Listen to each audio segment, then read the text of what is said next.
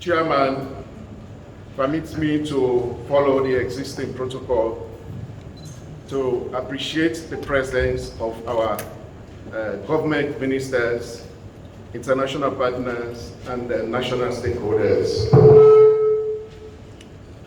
Let me also appreciate the statement of commitment by previous speakers in supporting the roadmap for the 2020-2024 electoral cycle on the theme, strengthening electoral processes for maximum performance. Mr. Chairman, following the successful conduct of the 2018 elections, 2018 general and local government elections, NEC and the stakeholders, both national and international, engaged in post-election assessments to recall the lessons learned from the implementation of the 2015-2019 electoral cycle, to serve as benchmark for the development of the 2020-2024 strategic plan for the conduct of acceptable elections in 2023. Since the establishment of NEC as an independent entity, successive leadership has pushed the boundaries of professionalism and commitment to sustain democracy through the conduct of acceptable elections. As the new chief and chairman and national returning officer of NEC, I'm inspired by the 10 strategic pillars of this strategic plan to strengthen the capacity of NEC to live up to the demand in election management and the recommendations of the Election Observation Mission. For all of us as stakeholders present here today and not present here, this is a remarkable opportunity to create a sense of ownership of this plan and to think deeply about how we can all advance the collective national goal through our respective responsibilities in upholding the fundamental principles of good governance.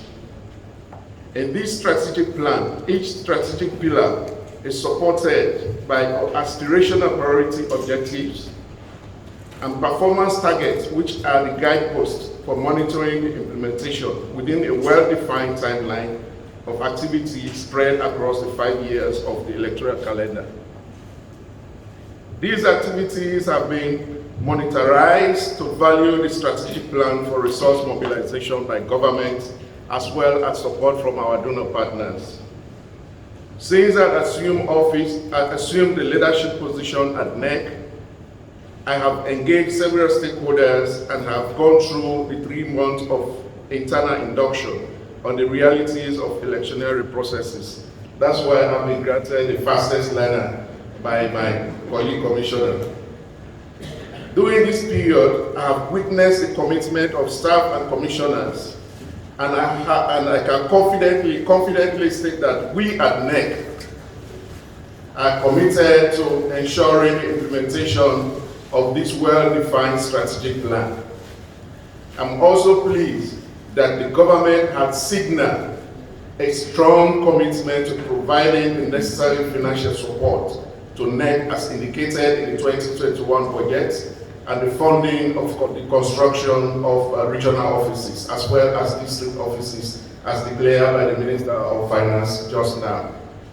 I'm equally pleased with the strong assurances of continued support to the electoral system by our international partners during my various engagement with them.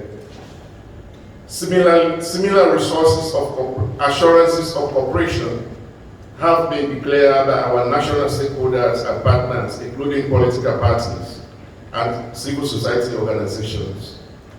To conclude, Mr. Chairman, I'm encouraged by this collective testimony of continued support to the electoral process and therefore optimistic that at the end of this one-day review of the content of this plan, we shall not only validate it, but we will volunteer our effective participation to ensure the strengthening of the electoral processes. Thank you, Mr. Chairman.